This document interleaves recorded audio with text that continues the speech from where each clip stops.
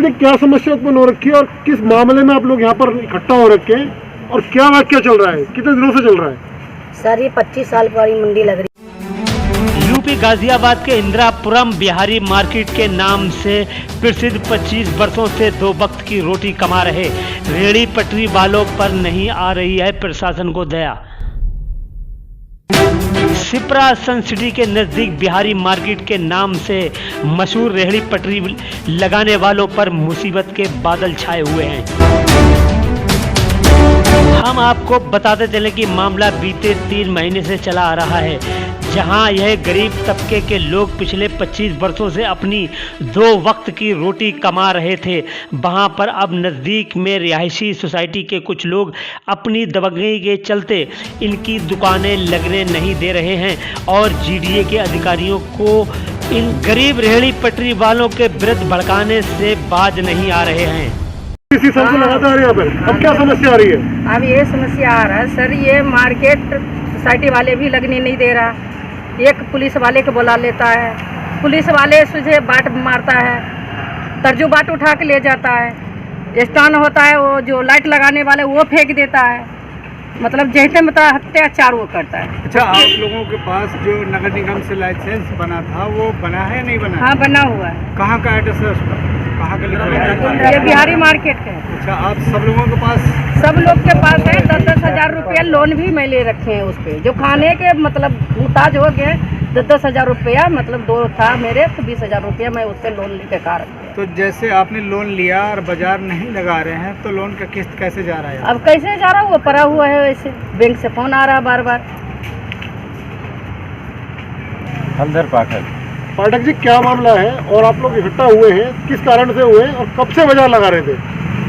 ये बाजार हम 1999 में यहाँ पे आए थे, 5-7 आदमी शुरू किया था। शुरू करने के बाद हम वहाँ से इसी एरिया में लगाते लगाते आज यहाँ पे सब लोगों ने जब इनको दूध, फल, सब्जी सारी चीज़ पहुँचाना शुरू किए, सारी व्यवस्थाएं जब इनकी हो गई, आज ये 25 वर्ष के बाद ये कह रहे हैं कि आप यहाँ से चले जाइए।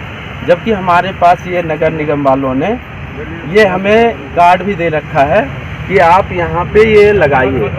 ये रेहड़ी पटरी का ये हमारे पास में बना हुआ है नगर निगम का।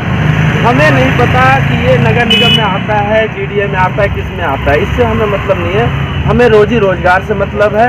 जब तक ये हमें कहीं दूसरे जगह व्यवस्था नहीं देते हैं तब तक हमें यहाँ रोजी रोजगार कमाने की अनुमति दें और हम शांतिपूर्ण तरीके से इनके हिसाब से ही व्यवस्थित होकर यहाँ अपना रोजी रोजगार कमाएंगे। किस प्रकार की व्यवस्था चाहते हैं ये लोग आप लोगों से?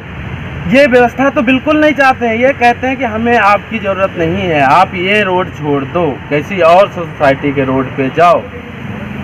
तो आप कहना चाहते हैं कि जैसे योगी आदित्यनाथ ने सभी गरीबों से लेकर अमीरों तक को एक साथ सबका विकास करते हैं की नीति पर काम कर रहे हैं, उस पर ये लोग बिल्कुल भी अमल नहीं कर रहे हैं? बिल्कुल अमल नहीं कर रहे हैं। क्या ये अत्याचार पे उतर चुके हैं अब कि तुम्हें अरेस्ट करवा देंगे, हम पे डंडे बरसाए जाते हैं। हमारा तराजू डंडा यहाँ से जितने भी तराजू बाट डिजिटल जो तराजू है सब उठा के ले जाते हैं। वहाँ जाने पे वो लोग कहते हैं कि हाँ भाई क्या बात है, फिर मार खाना पड़ता है। हम अपना तराजू लेके आते हैं और फिर कुआं खोदते हैं और रोज का पानी पीते हैं। क्या नाम है आपका? मेरा नाम श्रवण कुमार है। श्रवण कुमार जी, अभी जो नीति चल रही है यहाँ पर, अत्याचार हो रहे हैं आप लोगों के साथ में, पिछले 25 साल से बाजार को जो लगता आ रहा था इसको हटवाया जा रहा है, इसके बारे में क्या कहना चाहिए, क्या बताना चाहेंगे आप? इसके बारे में यही वो है कि साहब ये 25 साल से बाजार लग रहा था। हम लोग यहाँ रोज का कुआं खोदते हैं और रोज के खाते हैं और इन सोसाइटी वालों ने हमारे संग में बहुत अत्याचार किया है। यहाँ से पाट ले जाते हैं, सुपरवाइजर अंदर से आ जाते हैं, वो ऐसे डंडा हम पे लेके पड़ते हैं, एकदम थैली लेके भगते हैं। यहाँ पर हम रोड छोड़ के भी लगा रहे हैं, सब बात है, ट्रैफिक चल रहा है, सब कुछ चल रहा है, मगर ये लोग हमें कह रहे हैं आप लोग यहाँ से चले जाओ। आज 3 महीने हो गए हमें। हम बच्चों की पढ़ाई खर्चा कहाँ से दें, एडमिशन के पैसे कहाँ से दें, घर का खाना कहाँ से खाएं? यही हमारा यही था जो 2 पैसे हम कमाते थे साग सब्जी बेच के। आप लोगों को सस्ता भी दे रहे हैं, सब बातें अच्छी से अच्छी सब्जी दे रहे हैं। ट्रैफिक चलेगा, ट्रैफिक हम नहीं रोकेंगे। जैसे हम चाहेंगे, अगर साइड में लगवा रहे हैं तो हम साइड में लग जाएंगे, जैसे क्योंकि जैसे आप लोगों की इच्छा चाहेगी हम वैसे तैयार हैं। मगर हमारी बाजार लगाने दो हम लोगों को। गरीब आदमी, हम 300 आदमी 400 आदमी कहाँ जाएंगे? इस पूरे मामले को लेकर विपिन गुज्जर ने कहा कि इन रेहड़ी पटरी वालों पर अन्याय हो रहा है और उन्होंने जीडीए अधिकारी अरविंद चौधरी को एक ज्ञापन भी सौंपा कि इन गरीबों रेहड़ी पटरी वालों को न्याय मिले। देखिए हमारे संवाददाता उस्मान खान, कैमरामैन शिशुपाल की खास रिपोर्ट, इंदिरापुरम, गाजियाबाद, उत्तर प्रदेश। आप इन लोगों को जो कि बिहारी मार्केट की इतनी बड़ी समस्या है किस तरीके से देखते हैं आप? देखिए, मैं एक ज़मीन से जुड़ा हुआ व्यक्ति हूँ और कहीं ना कहीं मैं भी एक आप ही की तरह बेरोजगार ही हूँ आज की डेट में देखा जाए, क्योंकि आपको काम नहीं मिल रहा है, आपका काम नहीं हो रहा है, तो आप लोगों का ही नहीं, मेरे घर का भी चूल्हा नहीं चल रहा है, क्योंकि आप सबसे ही मेरा परिवार है।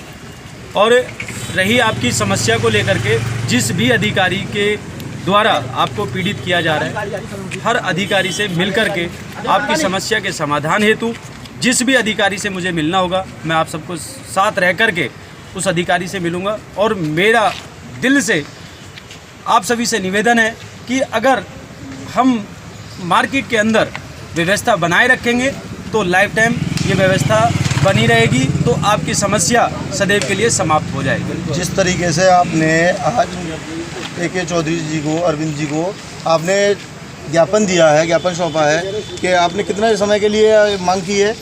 अभी हमने जो पुरानी यहाँ समस्या थी कि यहाँ पर दुकानें लगने के बाद में ट्रैफिक की व्यवस्था बिगड़ जा रही थी, गंदगी हो जा रही थी सोसाइटी के माध्यम से, जो पता चल रहा है।